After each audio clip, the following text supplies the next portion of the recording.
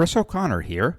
Join the Curmudgeon Rock Report's invite-only curmudgeonly community at facebook.com/curmudgeonrock. Also look out for a Spotify playlist that pays honor to this episode. This is the Curmudgeon Rock Report, and this is your podcast made by rock geek iconoclastic outsiders for rock geek iconoclastic outsiders. For those of you who lament that rock music has gone the way of jazz and slipped into niche genre status, we are here to keep that flame alive by providing insight, analysis, recommendations, and honest takes, not hot takes. And hey, there's a good chance you'll learn some rock history you never knew before. As the Oasis reunion tour continues its trek throughout stadiums around the world, we continue our series that honors the Britpop movement of the 1990s that spawned Oasis. In the 1996 through 97 years, Britpop was reaching its end phase. The British music scene's obsession with lame, cheesy pop characterized by the Spice Girls and Robbie Williams was just around the corner. But there was still some great music being made by Britpop's main players, as well as Britpop-adjacent bands and artists. Blur completely abandoned the sound and style that made them stars by embracing noisy, fuzzy, guitar-heavy indie rock. The Verve went the other way, completing their transition from heavy, shoegaze-influenced psychedelia to anthemic, symphonic pop rock, more in keeping with orthodox Britpop. Oasis attempted to follow up the landscape-changing and titanic success of their first two albums with a record that was supposed to be a crowning achievement and solidify their standing as the biggest and best band in the world.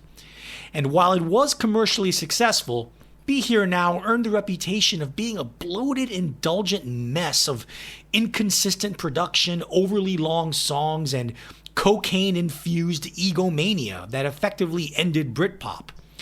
Almost 30 years later, however, yours truly, Curmudgeons, will give it a retroactive review and answer the question, was the album really that bad? And of course, Radiohead, more of a Britpop-adjacent band, put out an art rock masterpiece of musical ambition and stylistic innovation that blew the world away and cemented their standing as not just one of the best bands of the 1990s, but perhaps as one of the greatest bands of all time. So, let's plunge into this 2-year period by reviewing the seminal singles by Britpop and Britpop-adjacent bands, as well as 4 albums that defined the end of this period. Welcome to the Curmudgeon Rock Report. Hey, everybody, what's that sound? What is it? It's all going down. Huh? The parallel universe, baby. We're crossing over into the other side of the space-time continuum and doing what we do when we open up these episodes and talking about new and newish albums by artists that we think you'll dig. In the parallel universe, the concept is that rock and roll never went the way of jazz and is still the biggest thing out there, and popular music albums still matter, and rock and roll grandeur still matters, and big statements still matter, and we still treat our rock stars like the biggest thing in the world. Taylor Swift and Beyonce Knowles get the rock star treatment, but damn it, in the parallel universe, rock stars get the rock star treatment. And that's the way it should be, right, Arturo? Yes.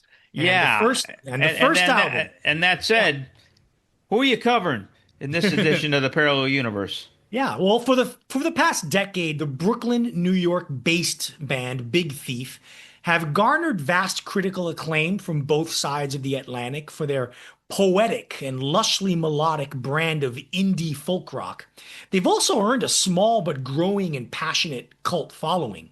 This means that in a parallel universe where rock music is still part of the zeitgeist of popular music and pop culture, Big Thief's lead singer and main songwriter Adrienne Lenker would get all the mainstream love and respect that the likes of Taylor Swift and Olivia Rodrigo get, and Big Thief would be an arena rock act.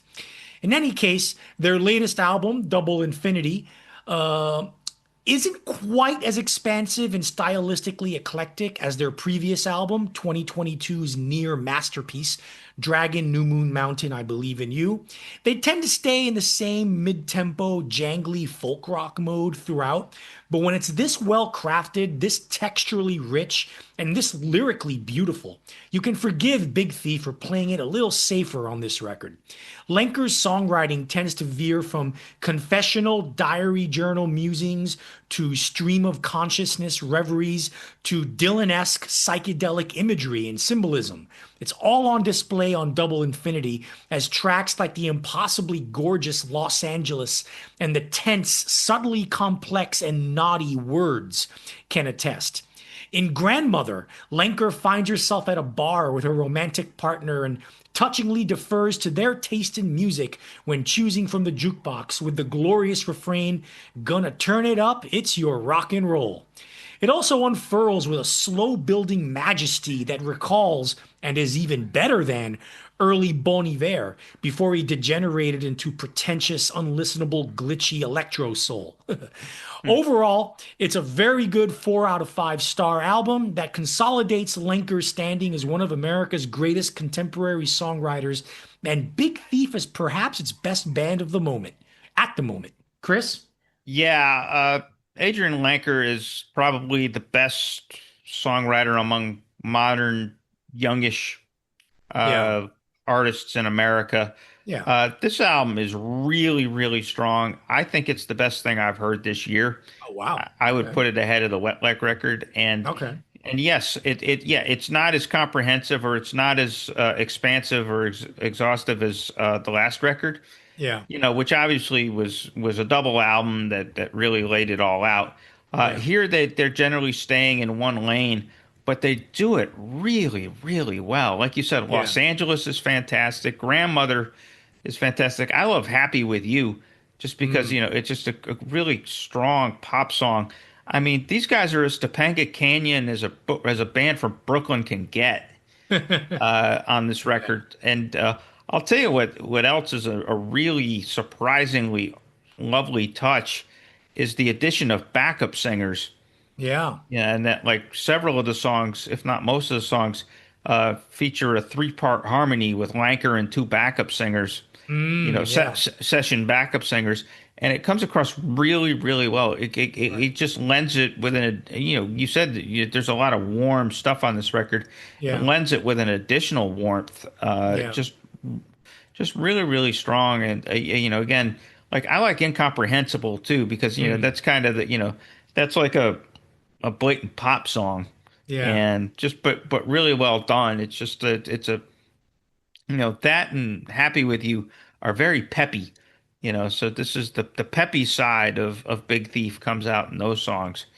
And no Fear is good too. So Mm. just real I said really, really strong. And again, I think 11 or it's 9 songs and 43 minutes, which is about a perfect length these days. And Yeah. you know, to me, this and Wet Leg are the two best albums. They're the competitors for me as far as number one album of the year so far. Okay. All right. So yeah, very very enthusiastic thumbs up from me for Big Very Thief. okay. Yeah, and any thoughts on that? No, I already gave my thoughts on Big Thief. Now it's your turn. What's your album selection? Oh, all right, we're gonna do more stuff. Uh, anyway, yeah. So let's move on to my pick. And so I'm going to be focusing on an album by an American soul artist, a guy from Atlanta named Curtis Harding, who way back in the beginning stages of this podcast's history, Arturo covered in an edition of the Parallel Universe. And so, both of us like this guy, and he's out with a new album called Departures and Arrivals: Adventures of Captain Kurt. And trust us, it's not actually as sci-fi as it sounds. So let's start talking about Curtis Harding and this and his brand of neo-American soul. So Atlanta's Curtis Harding is no newcomer to the soul game. He got his start at the turn of the century as a backup singer for fellow black bohemian CeeLo of Goody Mob fame. In the years since, he's found his own voice as a creator of spacious and slightly spacey neo-soul that explores relationships and romantic longing from a variety of different angles. He first gained cult prominence as a solo artist a decade ago, and the 2017 album Face Your Fear cemented Harding's status as a festival-worthy addition to lineups both in the US and Europe.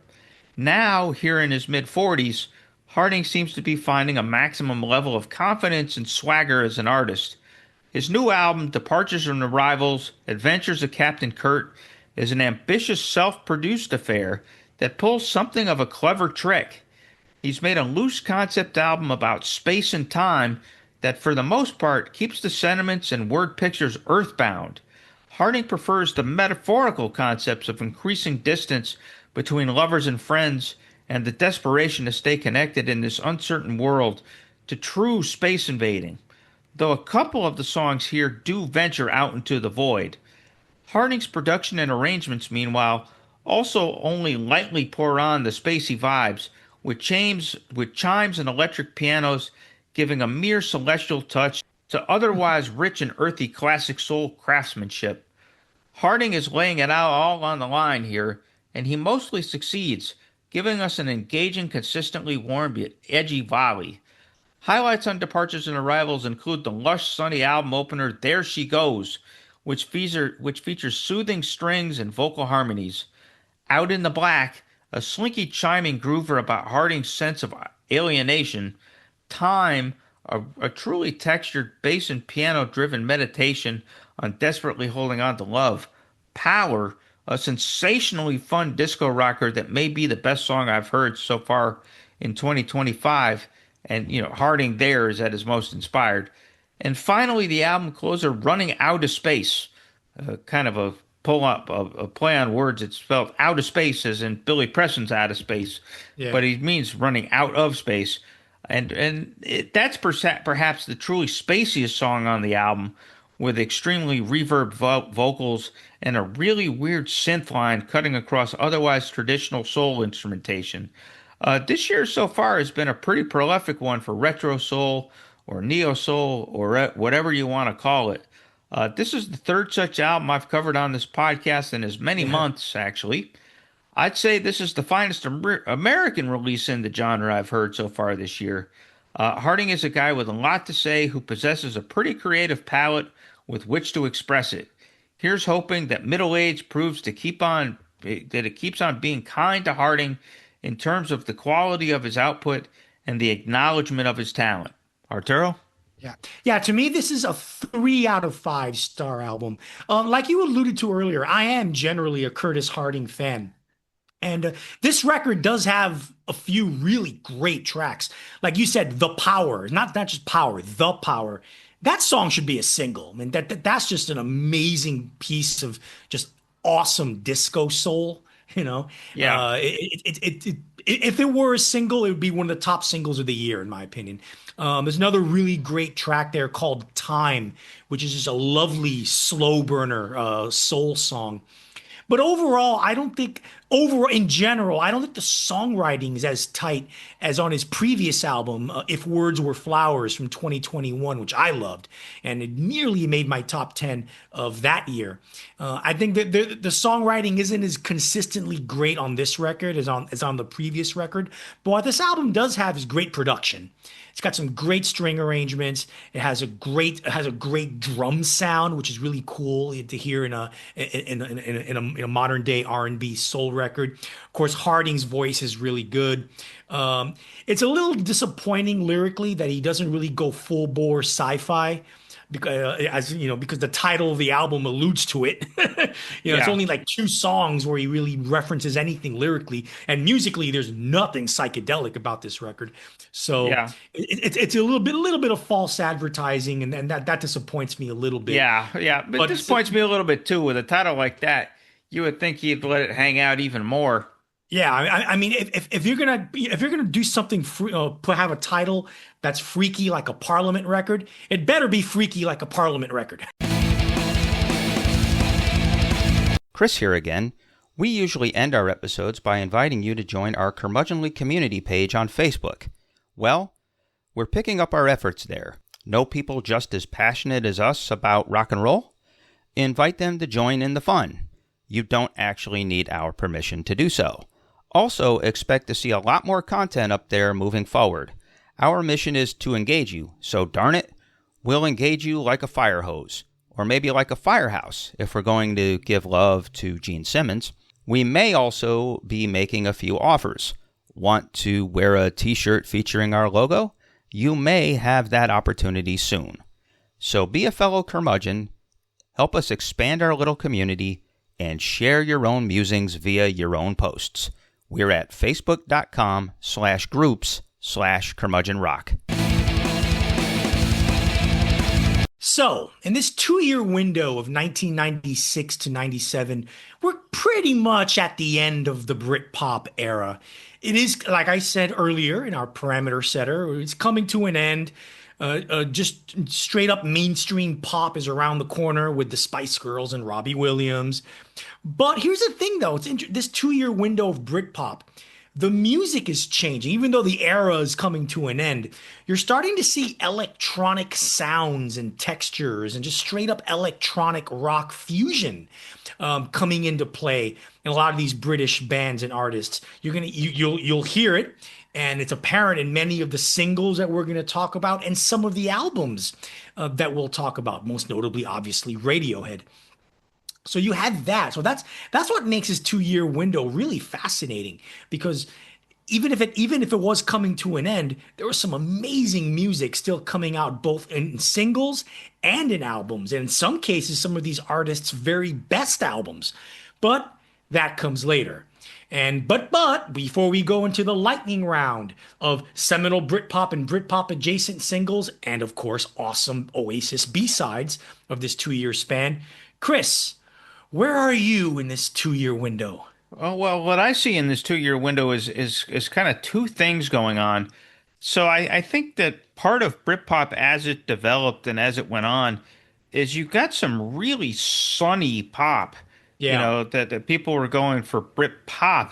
And Yeah. so some of these songs have a real sunniness and a real, evocation of the Beach Boys and girl groups from the 60s.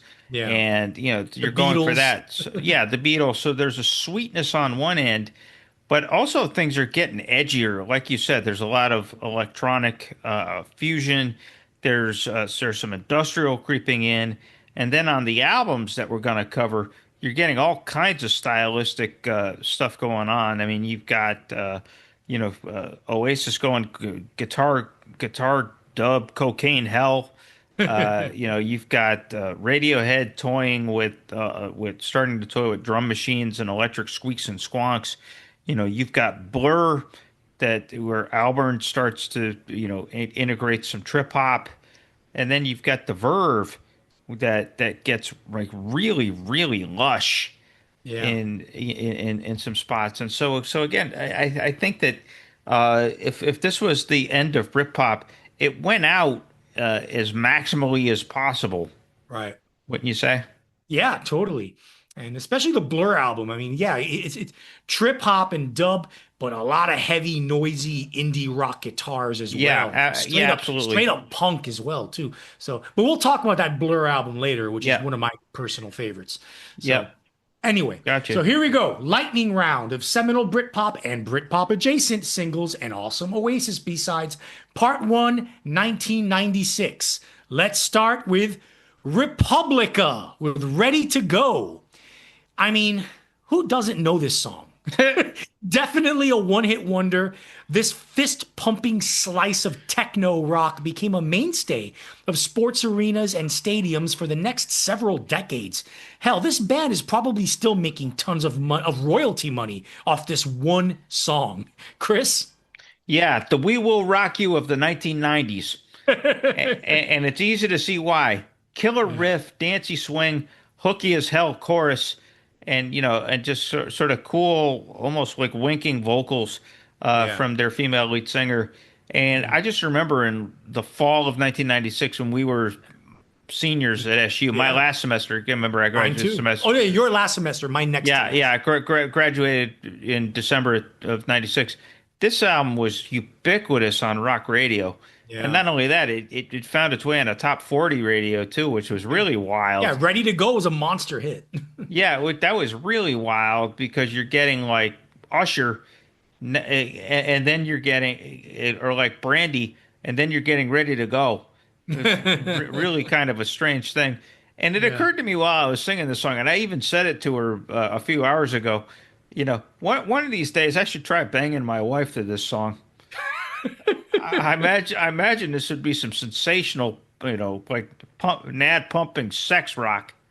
Two middle-aged people getting it on to Republica. Nice. Yeah, I was gonna say, yeah, we're going back in time. Although I don't know, she's got a bum knee, and I had major back surgery 2 years ago, so maybe it's not the best idea. You know, I mean, maybe Yes. we should stick to fucking like old like middle aged people. And anyway, Anyway, speaking of sexy music, coming up next, Earl Brutus with Navy Head. No, it's not the name of a man, it's the name of a band. More Britpop adjacent danceable rock than Britpop.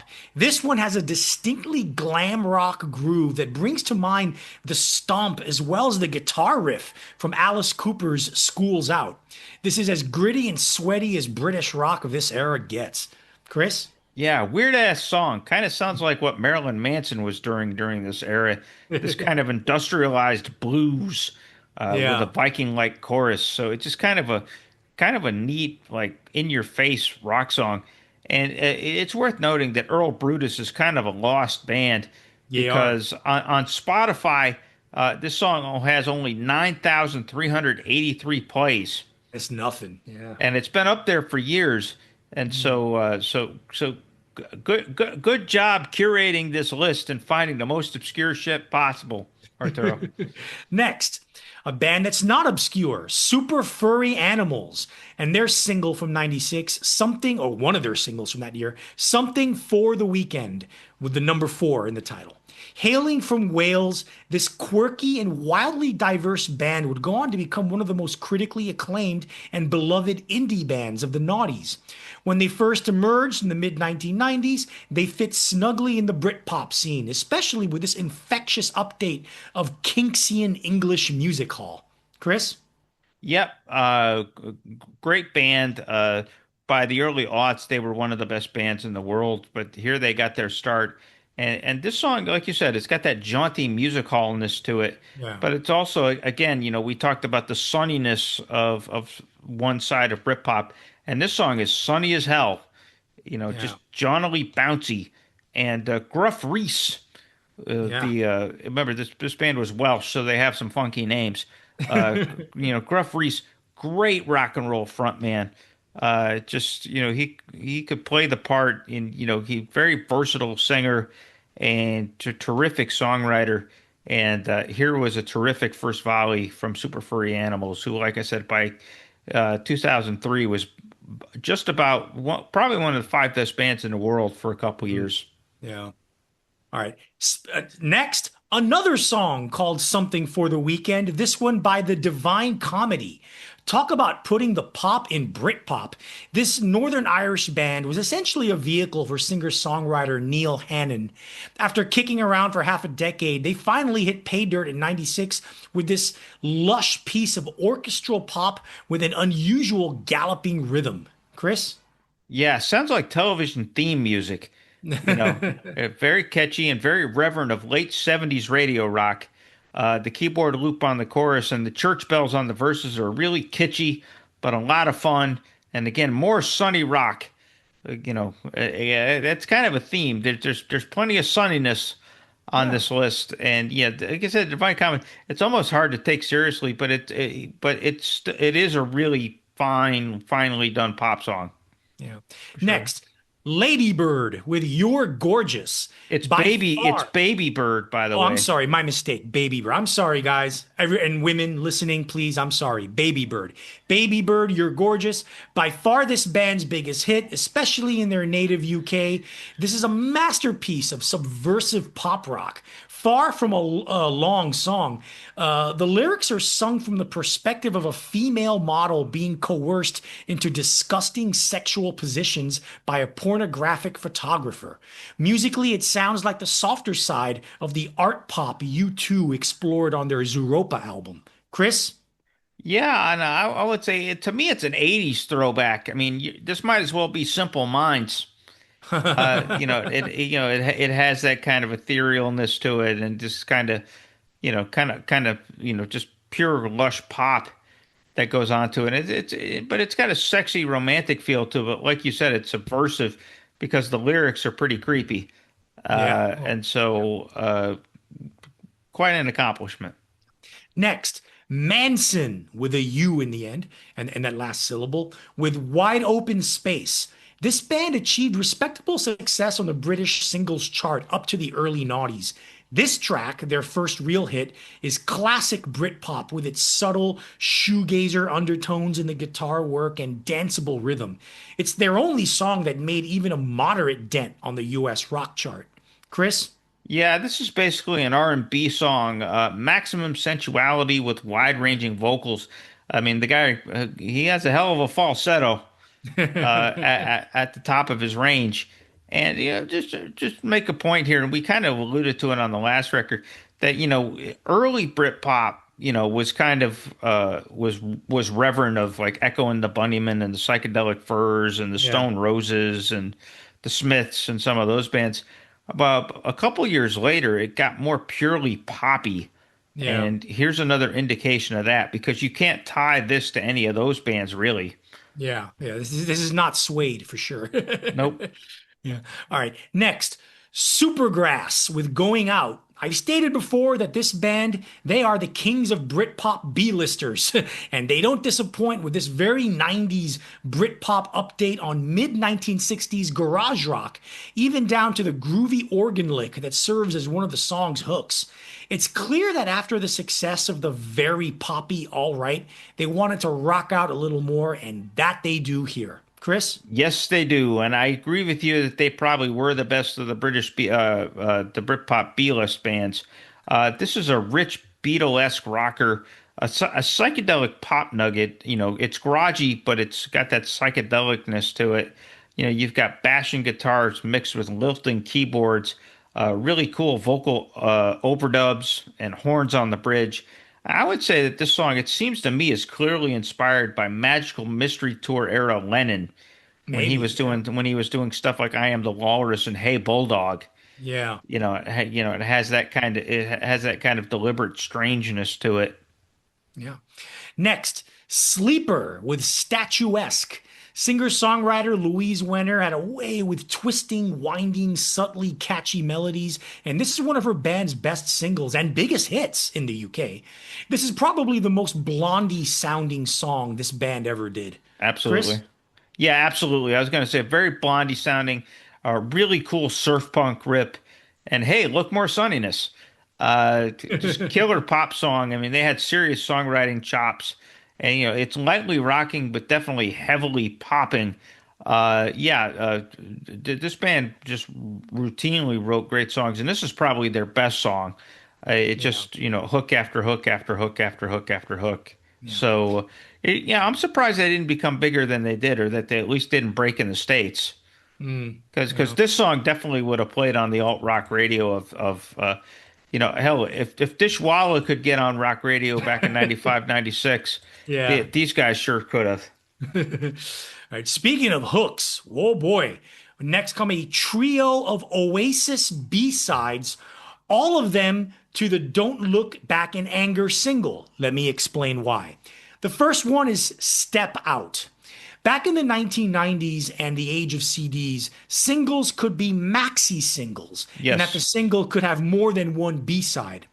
The iconic Oasis hit, Don't Look Back in Anger, had three of these, and they were all terrific. In the first one, sung by Noel Gallagher, he steals the chorus melody from Stevie Wonder's 1966 song Uptight and recontextualizes it into a raging blast of fist-pumping party rock.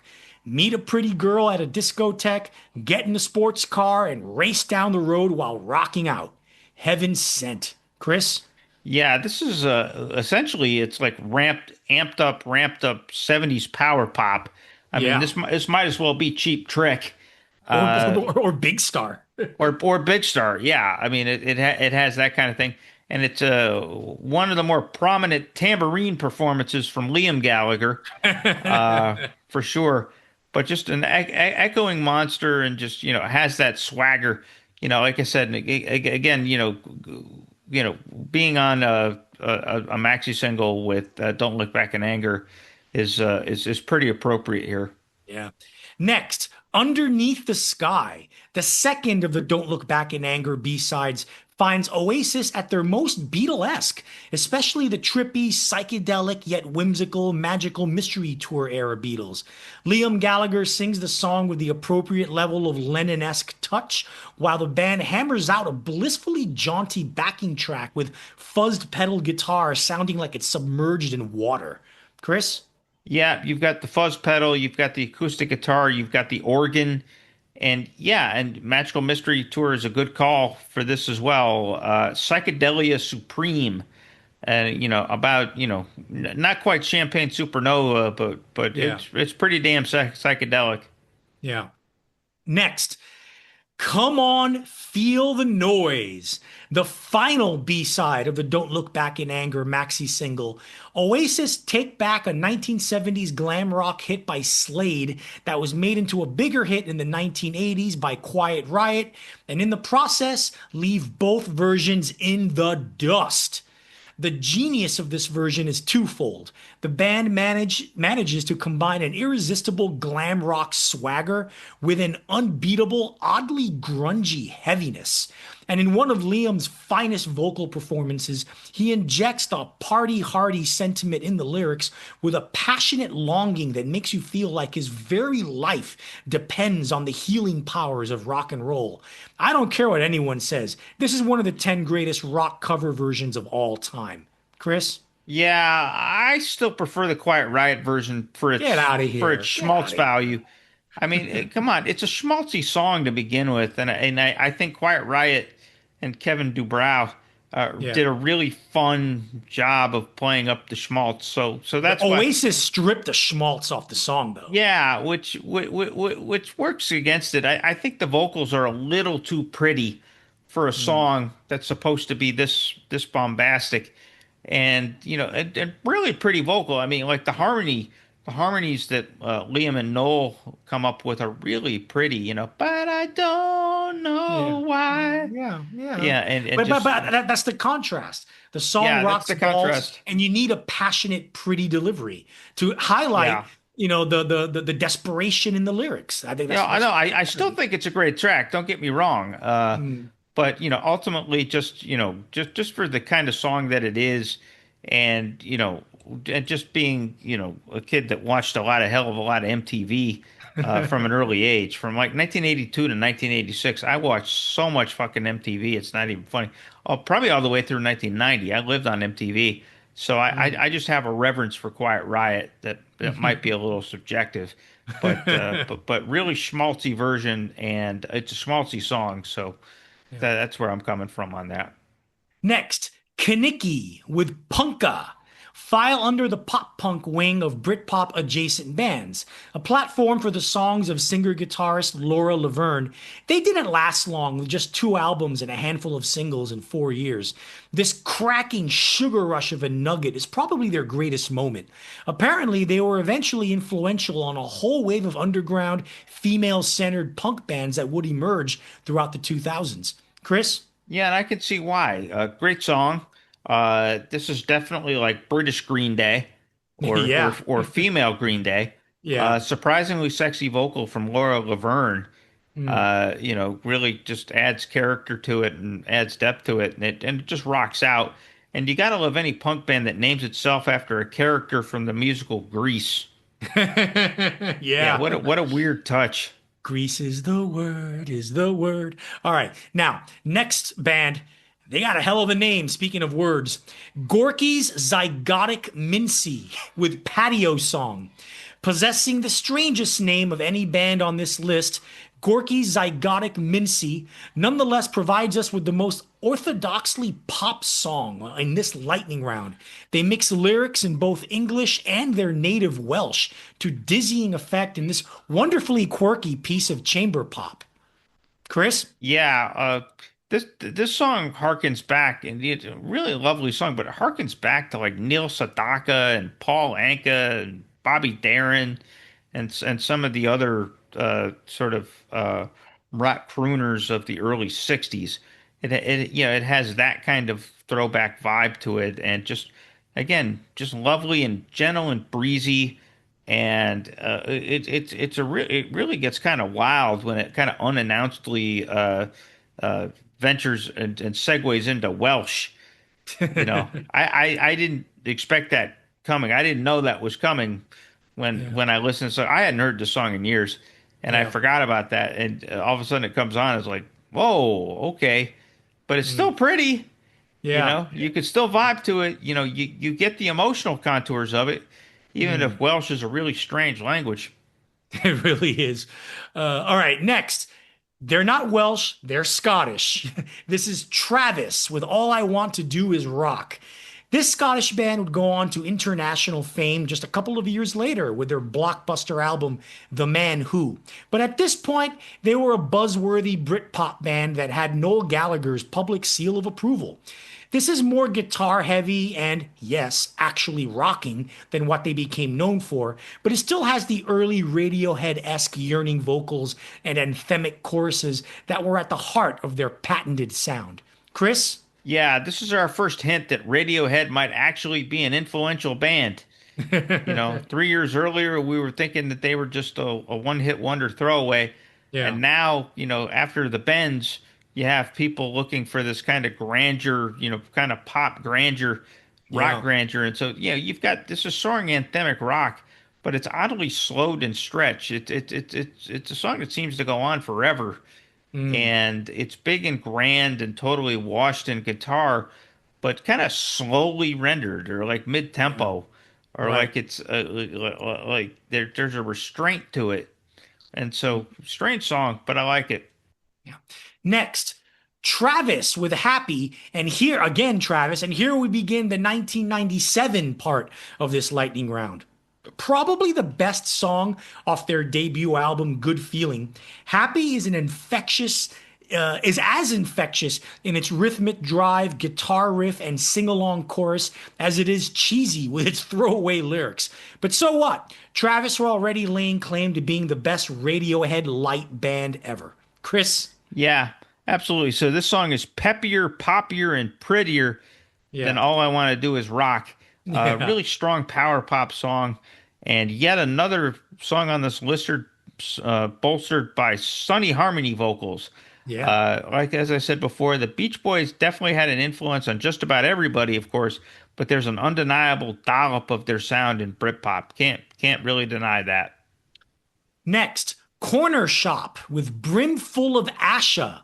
Imagine if Lou Reed wrote one of his classic three-chord chugging rockers, but instead of the lyrics being about drugs, transgender people, or murder, they're about the singer's love of Indian culture, Indian music, and the Indian movies that he grew up with. That's what Jinder Singh gave us with his Corner Shop project when this track became one of the greatest British one-hit wonders of the decade. Impossibly hooky and gloriously catchy, this really is one of the Britpop era's most irresistible songs. Chris? Yeah, my favorite song on this list. I vibed on these guys back in the day. Yeah. Really eclectic, fun band that knew how to write a great pop song. The riff on this song is deceptively great and deceptively hypnotic, and as you pointed out, really owes a debt to Lou Reed in its simplicity. They just, it's just a deceptively great riff, really draws you in. And I also like, towards the end of the song where with the whole 45 chant, 45, Yeah. just an awesome hook too. And I encourage everybody to check out the album that Brimful of Asha comes from, which is cleverly titled "When I Was Born for the Seventh Time." Yes, these guys were Indian. These were Indian British guys, and it's one of the best albums of the late '90s, actually, or at least one of the most eclectic. Check it out on the streaming services, especially their Hindi cover of Norwegian Wood. This bird has flown. It's very very charming and very very funny. Next, Campag Veloset with Drenkrom Veloset Synthemesk. The influence of Primal Scream and the Happy Mondays, trippy psychedelia and EDM influenced dance rock, was still alive at this late stage of the Britpop movement, and this Britpop adjacent band proves that in spades. The lyrics are sung in the fictional language Nadsat, developed by author Anthony Burgess for his classic novel A Clockwork Orange. What are the words about? They're supposedly all about drugs.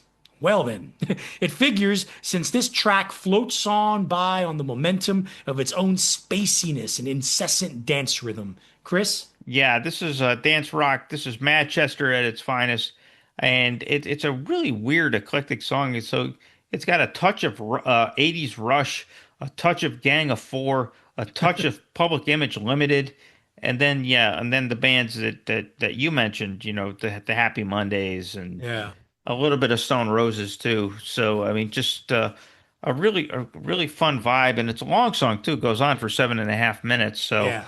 so, but it's a sustainable groove. So more power to Campag Veloset. Yep. Next, Earl Brutus again with the SAS and the glam that goes with it. This band sure loved their 1970s influences, and they went from full on glam rock in the previous song in this lightning round to stomping disco on this cracker of a tune. Well, stomping disco mixed with a techno groove, the latter of which was becoming all the rave at this time. Chris? Yeah, this is a great song. Monster dance rock driven by a killer industrial riff and plenty of sound effects. Icy as hell, but it rocks balls. Yeah. And again, unfortunately with this band, this is sort of lost music. This song is actually not on Spotify, and the top YouTube result has just 4,600 views. Chris, is your mission to make Earl Brutus more popular? Yeah, I was gonna say we need to bring them back because they would do a couple of great singles, Yeah. and like you said, there's a little bit of '70s reference, but also some Nine Inch Nails, Marilyn Manson Yeah. touch to him too. So gotta love them. Next, Super Furry Animals again with Demons. One of the best songs of this band's early period. Singer-songwriter Gruff Rhys starts to strut his stuff as a top melodicist and a crafter of wonderful classic anthems. This track's dense arrangement and weird, complex 1960s chamber pop with horns middle section didn't seem out of place at all. A testament to how great and malleable the basic song is. Chris? Yeah, yeah. This is a really great song. Just a lovely psychedelic rock song that rollicks in times and aches at other times. And like you mentioned, that chamber hop pop bridge with the horns is just like really striking because it kind of comes out of nowhere. But Gruff Rhys's vocals on this are just hauntingly beautiful. Yeah. He was an underrated singer. Like I Yeah. said, he went back and forth. He was a very versatile, very quirky guy. Yeah. But when he played it straight, he was one of the best singers of the era. And like I said, this is again the beginning of their touch. Who knows? Maybe we should do a future album or a future episode on Super Furry Animals. Yeah, maybe. They were Yeah, bad. that's a niche topic for you. All right. Next, Supergrass again with Richard III. The band edges further away from Britpop and into full-on Brit rock with this rampaging track. Even at their most rocking, though, they never abandoned their knack for killer sing-along melodies. One of the best singles they ever produced. Chris? Yeah, absolutely rocking song. Awesomely chugging riff and just bangs away. This is Supergrass's take on grunge. Yeah, it is. And yeah, and they do it well. Again, the best of the B-listers. And this is them kicking ass. Next, Belle and Sebastian with Lazy Line Painter Jane. This Scottish band would very soon go on to become indie pop legends. But at this point, they're very much Britpop adjacent thanks to the richly melodic and lushly layered nature of their songs. While Lazy Line Painter Jane is technically the title track of an EP, EPs count as singles on the British charts, so I'm counting it as a single. With its throbbing bass line, heavy sounding drums, surf guitars, bombastic chorus, and sinister tone that seeps throughout, this is as rocking as Belle and Sebastian ever got. Already this early into their career, and they already produced one of their finest moments. Chris? Yeah, this is as jangly and jagged as Belle and Sebastian got because, obviously with stuff like If You're Feeling Sinister and some of their other records, they got really pretty and like really just really just beautiful pop. But here, they're a little bit, they're a little bit more in your face. And I hear it as throwback 60s girl group pop, very retro, and the prettiness shines through the lo-fi-ness, and just a really warm tune too. Ultimately, despite its edge, it's really, really warm, and so just just a preview of things to come, of much cleaner, much prettier, much more polished stuff to come. And we end this lightning round with a couple of Oasis B-sides. The first one, Stay Young, the B-side to Do You Know What I Mean? The lead single to the album Be Here Now, Do You Know What I Mean, boasts, unsurprisingly at this point, a B-side that's as good and arguably even better than the A-side. This joyous rush of pure pop rock perfection finds Noel Gallagher crafting an ode to resilient youth that can melt the heart of the most hardened cynic. A killer vocal by Liam, too. Chris? Yeah, more patented tambourine rock. Just really bouncy glam rock tune with a strong melody driven hard by Noel's guitar. Yeah. And like you said, I don't think it's better than Do You Know What I Mean? But it's close. Yeah. And it's kind of surprising that it didn't actually make the cut for the album. Because by this point, the B-side well wasn't as deep for Oasis. Right. So you would think that something like this would make the record, but alas, it didn't. Yeah.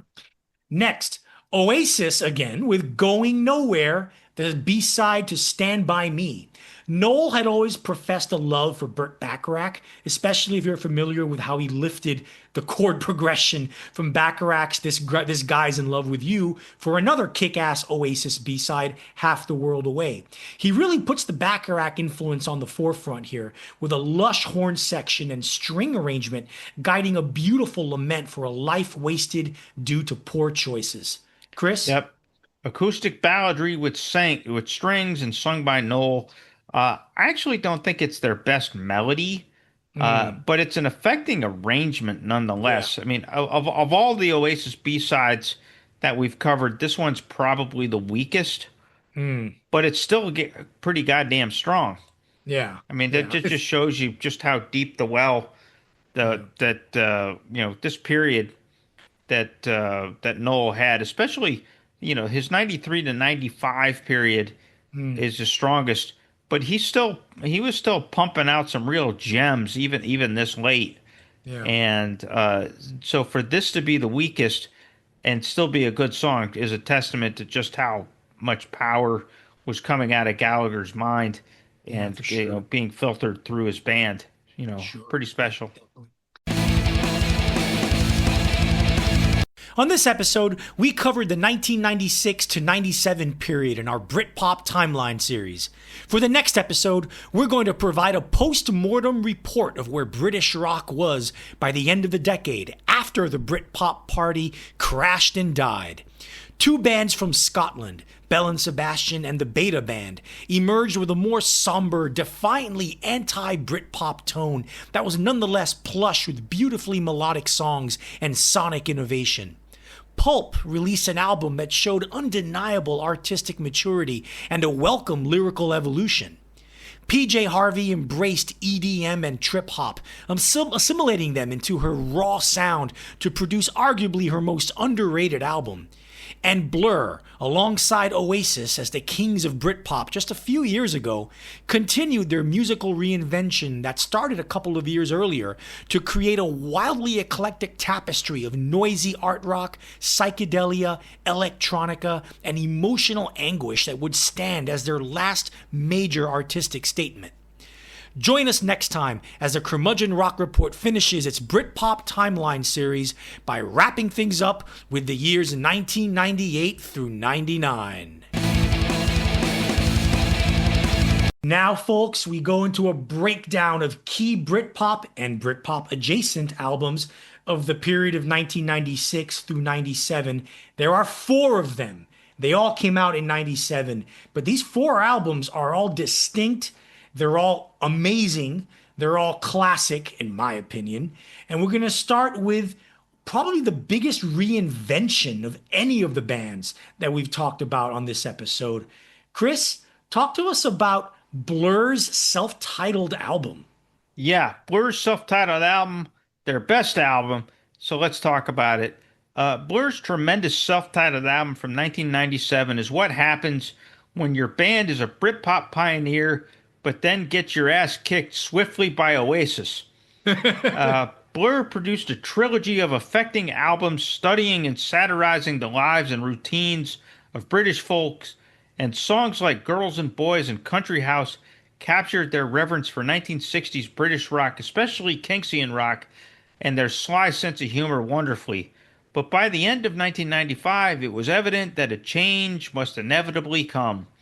While 1995's The Great Escape was a relative commercial success in the UK, any lasting influence it might have was blown away by the popular music force of nature that was Oasis's What's the Story Morning Glory, which was so influential that here we are in 2025 and Oasis is touring stadiums around the world.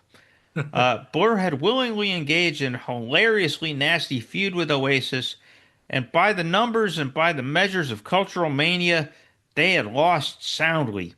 So now what? The members of Blur found themselves enduring an existential crisis that nearly broke up the band. But the blow to its Britpop standing proved to be ultimately freeing, and the self-titled album finds co-band leaders Damon Albarn and Graham Coxon both in experimental spaces that makes the fear they serve up weirder, looser, and ultimately cooler than anything they'd done previously. Coxon was increasingly influenced by American indie rock during this period, and his output here reflects both the jaggedness and emotiveness of bands like Pavement, a band Coxon went on record as adoring. Song 2, of course, is Coxon and Albarn's homage to American grunge. Woohoo! Yeah, everyone knows that song. They do around a sick Coxon riff, cheeky Albarn vocals, and a monstrously crunchy chorus and outro. Coxon also bashes out furiously on the glib send-up of communism Chinese bombs. But on You're So Great, Coxon goes the other way, softening the volume somewhat and mirroring Pavement's penchant for cranking out beautiful songs performed in an off-kilter but deeply affecting way. As for Albarn, his trademark wit as a lyricist is still evident. Check out his twisted tribute to the United States on the rocking but pretty power pop tune Look Inside America. However, his take on life and culture are now less character-driven and more personal. Gorgeous album opener Beetle Bum is a lament about Albarn's experimentation with heroin. Strange News from Another Star, meanwhile, is an odd but beautifully psychedelic science fiction-inflected meditation on alienation. And Albarn also shows off his growing variety of musical influence just as much as Coxon. Death of a Party and Essex Dogs explore the textures and noirish mystique of trip-hop. Death of a Party is especially breathtaking in its sonic experimentation with drum machines and a haunting use of organ and Coxon's acid-washed guitars. Albarn was pretty evidently a big fan of hip-hop producer Dan the Automator Nakamura, and so it shouldn't have come as a surprise then when Albarn and Nakamura co-launched Gorillaz together a few years later. Coxon and Albarn best meet each other's ambition and now freer spirit on the back-to-back songs Country Sad Ballad Man and MOR. On both songs, they gleefully send up the U.S. First by soulfully goofing on the mythology of the country western crooner, and then by rockingly mocking the optimistic conformity of American culture. On the latter song, MOR, Albert cleverly apes the melody of David Bowie's Fantastic Voyage or Boys Keep Swinging. It's Boys Keep Swinging, not Fantastic Well, Voyage. well, it's the same it's the same song. I Well, mean, yeah. if you listen to them, it's the same chords and basically the same melody, just done a little differently, at different speeds.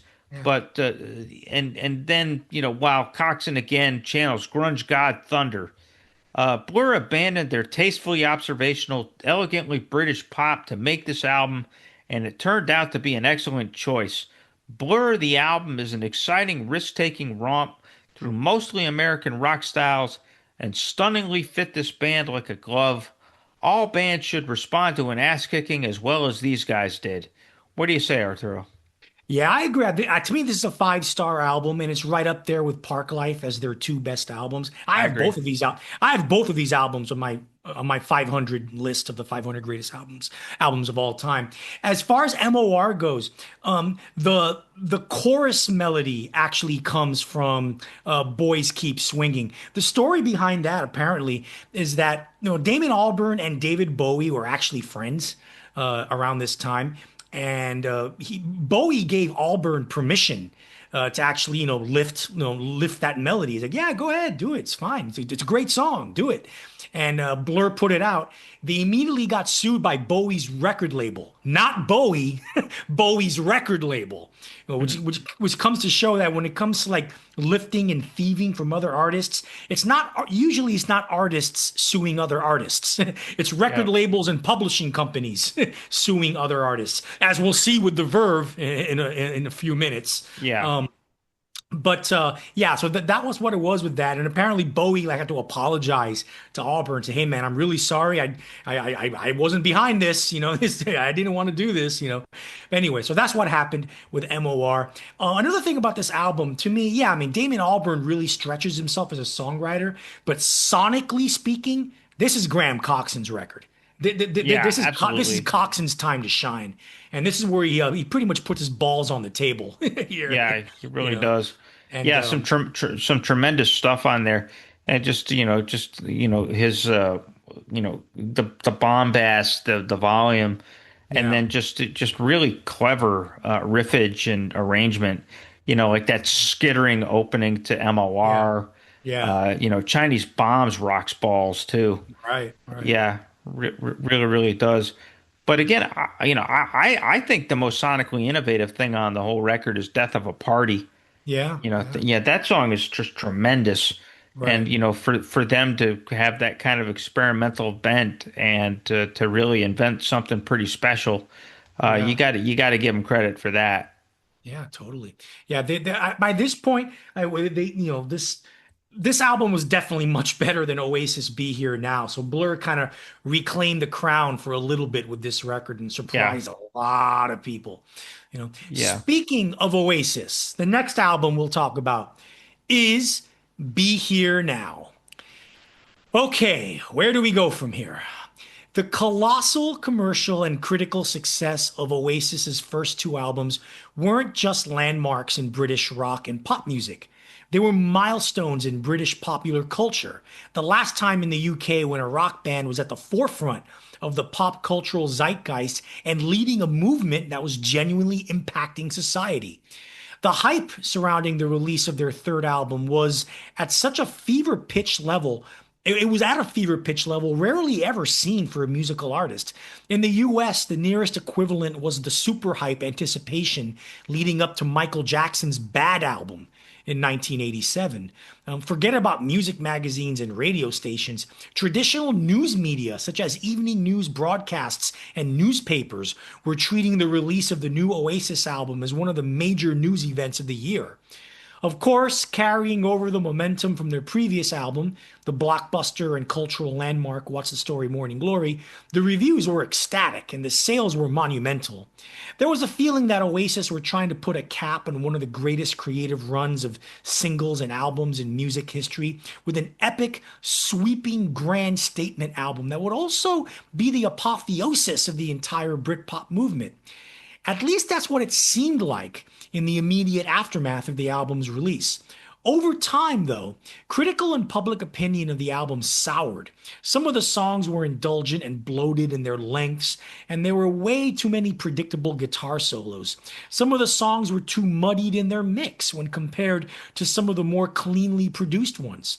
There were some major hits, but none that matched the enduring, timeless classics of the previous two albums, except for maybe Do You Know What I Mean? Too much cocaine, too many egos, too much hubris. Eventually, it would become known as Oasis's Greatest Folly, the album that ended their stature as a contemporary commercial force, at least outside the UK and Europe, and the album that essentially killed the Britpop movement dead. But nearly 30 years after its release, a lot of time has passed that has allowed for retrospective evaluation.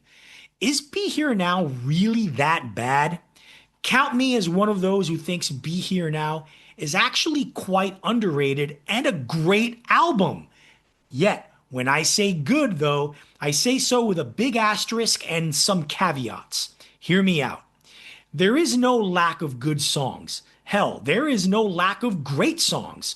What there is a lack of, though, is basically an intensely and much needed editing. There's no reason for All Around the World, one of the earliest songs Noel Gallagher ever wrote, to be over 9 minutes with multiple string section interludes and unnecessary key change halfway through. The same can be said for It's Getting Better Man, a song that otherwise rocks with anthemic purpose and soars with melodic grace. The other problem that hinders these songs is poor mixing and in some cases a muddied and static-filled sound. This afflicts otherwise kick-ass tracks such as My Big Mouth, I Hope I Think I Know, and the title track. The inconsistent sound quality and lack of discipline in editing in some of the songs really stands out when put in contrast with some of the more perfectly produced and well-constructed songs, such as the beautiful ballad Don't Go Away, the heavy groove monster Do You Know What I Mean, and the lush pop soul of The Girl with the Dirty Shirt, the latter being one of the most affecting, moving, and gorgeous songs Noel ever wrote. Omit a couple of the weaker tracks, I vote for Magic Pie and Fade In and Out. Clean up the mix in the tracks I mentioned, edit the tracks that need editing, and you have an outstanding follow-up album to one of the greatest albums ever made. At least in my opinion. Chris? Okay, yeah, cocaine is a hell of a drug. Uh, is the album bloated? Yep. Is it indulgent? Yep. Does the cocaine booger practically crawl out of the mix? Sure. Are there way too many fucking overdubs, guitar overdubs? Yeah, I mean one I read one of the songs has 30 tracks for the guitar, and so that's why it sounds kind of, it's almost ridiculously over the top in spots. But here's the thing: does the album have a bunch of good songs on it too? Yep, you betcha. Even the terrible All Around the World Can't Kill This record's ultimate mojo. Of course, naturally, this is an album. It's like, what is it, like 11? It's like 12 songs and 75 minutes, or Yeah. 11 songs and 75 minutes. So 12. It's 12 songs. it's 12 songs, and so it's just really kind of ridiculous. But the best songs are the two shortest. I personally love I Hope I Think I Know. Yeah. I think that really rocks, and it just has, classic Noel swagger and actual discipline to it. And then I really love Don't Go Away. That's a superb song. Big fan Do You Know What I Mean, which actually samples NWA straight out of Compton. The slowed and stretched the drum beat. And I actually like It's Getting Better, man. Yeah, I like it too. Yeah. Little too long, but it's A little it's too still long, a yeah. little still kick ass record. So ultimately, this record doesn't have the immediate it wow factor of the previous two, which were just immediately accessible and just special. This is this is like Noel, kind of conjuring up. He's not that inspired, and so he's just kind of almost cynically swinging for the fences here and just saying, okay, we have to come up with the biggest, most obnoxiously rocking album we can, as opposed to actually like, focusing more on being tight and being efficient and, in just really having the same sense of purpose that he had on the first two records. Here it's just, he's kind of blowing his wad and again, it is a very good record. I wouldn't put it as a great record, but some of the stuff holds up. Like the songs that I mentioned really hold up, and they're probably playing them on in their stadium sets. I would think, I They're, hope, I they're, think, I they're know. definitely playing Do You Know What I Mean and Stand By Me. Yeah, yeah. Stand by Me's okay. I mean, that song's kind of corny, but it's a pretty good song. All right, next. Okay, one of both our favorite albums of this era. Chris, tell us about the classic album Richard Ashcroft's finest moment with the Verve. Yeah, the Verve's Urban Hymns, one of the best albums of '97. One of the best pure Britpop albums of the era. So let's talk about it. In the midst of promoting its 1995 album, A Northern Soul, tension between members of the Verve boiled over, and the band effectively broke up, with co-band leaders Richard Ashcroft and guitarist Nick McCabe going their separate ways for about 18 months. It's that split and the subsequent reunion that gave shape to the band's best and most affecting album, 1997's Urban Hymns. The intensely emotive Ashcroft explored his deepest feelings and inner regions in the course of crafting most of what initially was supposed to be a solo album. Ashcroft during this period turned mostly away from the guitar noise art and sonic fury that McCabe promoted and embodied throughout A Northern Soul and the band's 1993 debut, A Storm in Heaven. In the course of growing as a songwriter, Ashcroft helped one of the most notable Britpop-adjacent bands in the UK convert in large part into a full-blown Britpop act. Ashcroft and his other Verve bandmates, Sans McCabe, recorded on and off throughout 1996, with some of those sessions actually produced by Killing Joke bassist Youth, who was a pretty prolific and in-demand producer during this period.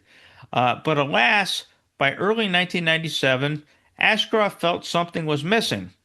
That something, in his final estimation, turned out to be Nick McCabe.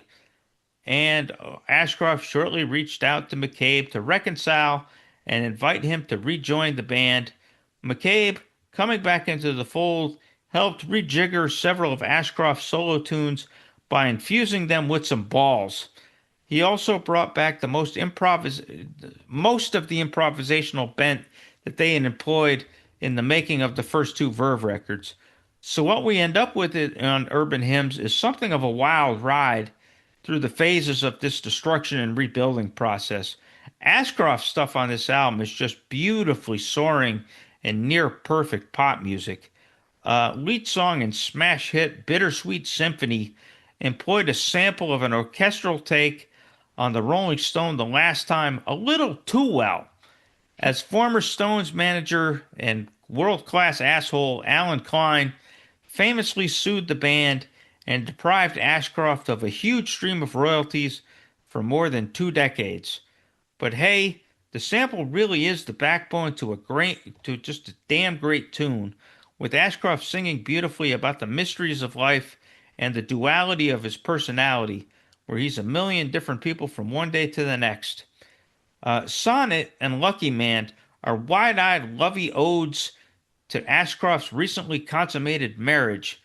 Both feature gorgeous melodies and gain some muscle from McCabe's guitar. The Drugs Don't Work, which is pure, symphonic just beauty, leans on Ashcroft's pre-marriage depressiveness and serves just as a wonderfully orchestrated lament. And then one day is yet another lovey blue-eyed soul nugget slithering along to electric piano and some deft guitar painting on the edges from McCabe. So those songs really help define the record. But let's not give short shrift to McCabe here, whose intensity and psychedelic edge helped fill the rest of Urban Hymns with some throwback rocking and crunch. The best of the McCabe-driven songs are the rollicking, enormous-sounding The Rolling People, which may feature the best riff McCabe ever came up with. It also features the spacily hypnotic thumper Catching the Butterfly and the slightly softer but much more haunting Space and Time, which may be the best marriage of his guitar histrionics and Ashcroft's newfangled melodicism on the entire album. Urban Hymns ultimately is a testament to the power of perseverance. The Verve was a band whose excesses and discordance tore it apart at the seams, but found it in themselves to keep growing, first apart and then back together. This all resulted in the band's loveliest, most varied, and most epic album. It's one of the very best Britpop albums of this era. Arturo, I'm sure you probably agree with me on these points. It's in my list of the 500 greatest albums of all time. I think it really does belong there for me, at least. You get the sense this is the album Oasis should have done instead of Be Here Now. This is what should have followed up What's the Story, Morning Glory. Because a lot of Ashcroft's songwriting and those sweet, soaring, anthemic melodies, very Noel Gallagher-esque in a lot of Yeah, spots. Many of the songs on this record. You can hear it with Lucky Man. You can hear it with Sonnet. Even a little bit with The Drugs Don't Work, which is one of the most beautiful songs on the record. And another thing about this album that, yeah, okay, Bittersweet Symphony was a huge worldwide hit. This counts as a parallel universe record because this album should have been much bigger, even. yeah, And it's amazing why this album didn't register more hits in North America. How? There's so many great songs in there that would have been perfect for rock radio at the time. And it just did it, which is just odd. Why wasn't Lucky yeah, Man a bigger hit? You know, yeah. so you have that. So yeah, so this album is perfection. It's just a beautiful. The only thing you can say, some of the lyrics are a bit corny. They're a bit Hallmark greeting card esque. Well, yeah, well, that's what happens when guys get newly married. Trust me, when I was newly married, everything was rainbows and unicorns. So that's the only a slight drag on this record, but everything else, yeah, just as a piece of music is just untouchable and unassailable.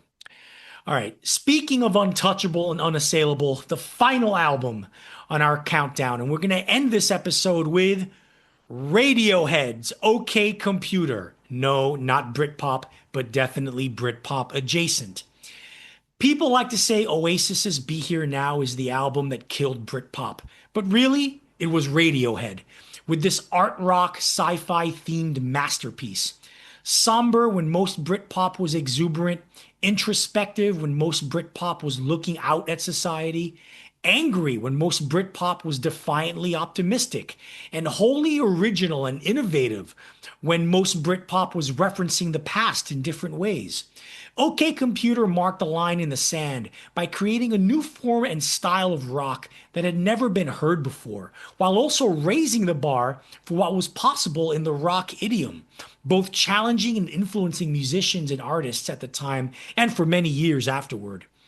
With the 1995 album The Bends, Radiohead easily erased the one-hit wonder tag they accrued after the worldwide success of their 1993 hit single Creep.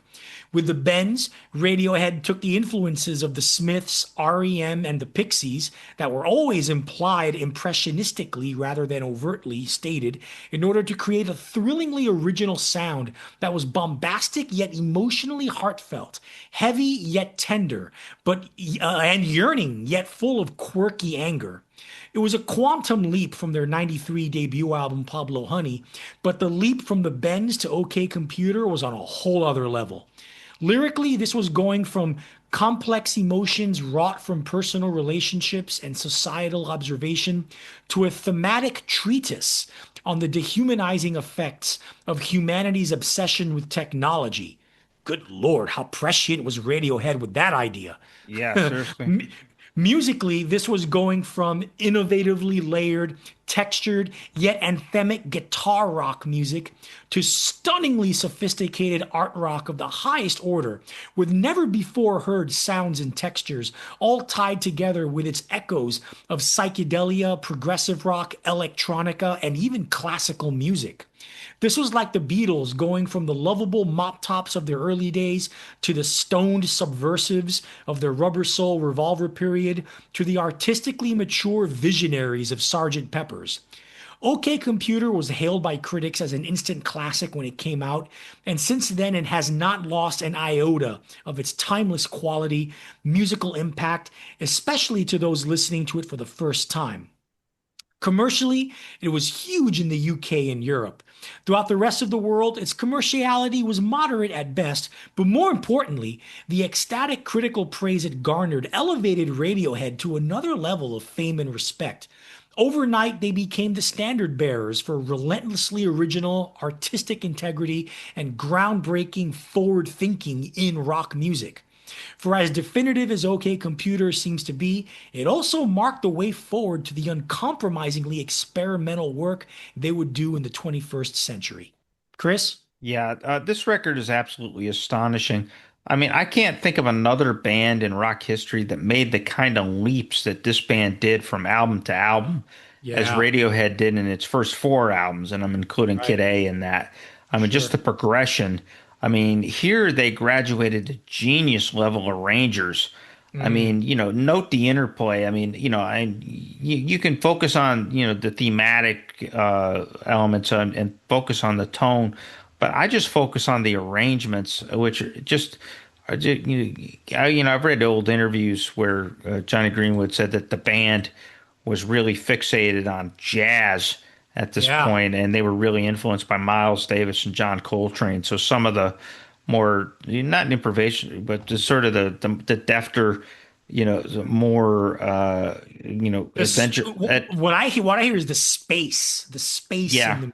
Lots of space, yeah, lots of air for the songs to yeah, breathe. lots of space and lots of air, but also like the lead lines and some of the bass lines and all that. You can tell that they're going for the kind of stuff that jazz players would go for. And so, note the interplay. Just to give a few examples between Johnny Greenwood's guitar and Tom York's electric piano on Subterranean Homesick Alien, just Yeah, absolutely gorgeous and just stunning. And one of the greatest pieces of headphone rock yeah. ever conceived ever by anybody. It's just beautiful. And then you've got The Bohemian Rhapsody of the '90s, basically. yeah, the Bohemian Rhapsody, that's Paranoid Android. Yeah. Oh, yeah. Okay. Sorry. Yeah, that's what I was talking about. Yeah, Yeah. yeah. And I was talking about Subterranean Homesick Alien. Right. But Paranoid Android, you get the middle of that song with that amazing bass line, from Colin Greenwood, mixed with the acoustic guitar, and just sort of just this really kind of stunningly spooky touch to it. And then you get Greenwood's gorgeous lead line and Philip Selway's steady, subtle drum fills on Letdown. And then you also get just how lovely and spare and crisp No Surprises is Yeah. in its dramatic ballad structure. And then of course, you probably my favorite weird touch on the album is that odd trombone in the background to Karma Police, which is just Yeah. kind of just random, but still kind of works. And there was really just growth as songwriters too. I mean, yeah, you had some great songs on the Bends like Planet Telex and Street Spirit and those types of things. But you had nothing quite as soaring and operatic as Exit Music for a Film Yeah. on the Bends. And then you get That song is where they got the Pink Floyd comparisons because it sounds a lot like The Wall, that song. yeah, it does. It does kind of evoke Hey You. Yeah. And then you've got Karma Police, which puts them in the rare melodic territory and air usually mined by rare geniuses like McCartney and Bowie. And Yeah. so just a really lovely throwback song. And then the weird part about this record, it just judging by Spotify, is that the legacy song among modern listeners, the one that has gained the most traction, is "No Surprises," Huh. which has more than 1 billion plays on Spotify, Well, it is a very pretty song. which makes sense because it's gorgeous, Yeah. and just it's one of Tom York's best vocal performances Yeah. for sure.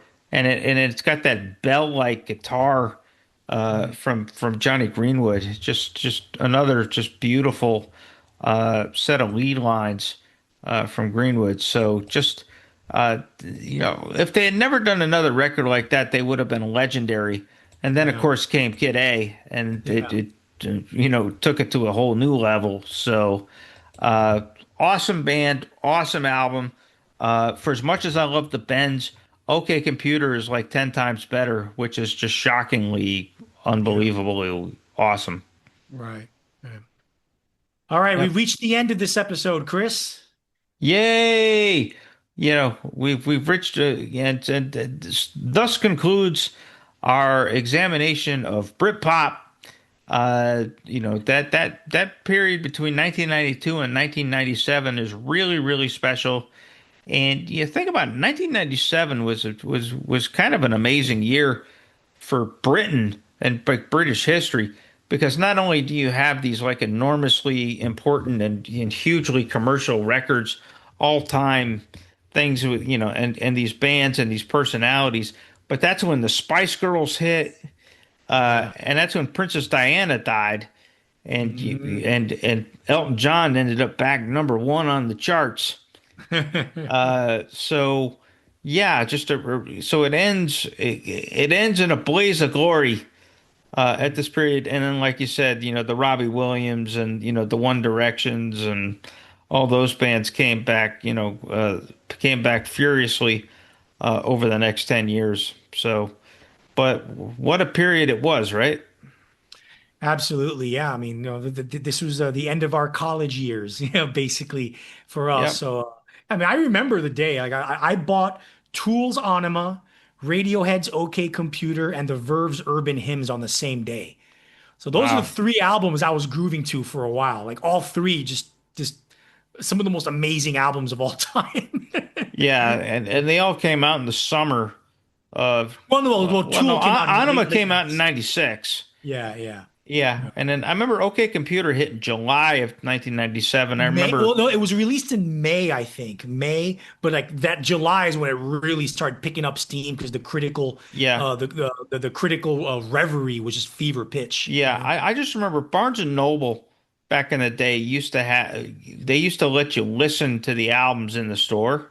Yeah, Where they had the listening stations. And the first time I heard OK Computer was at a Barnes and Noble in Springfield, Massachusetts. And it was just like one of the most illuminating experiences of my life.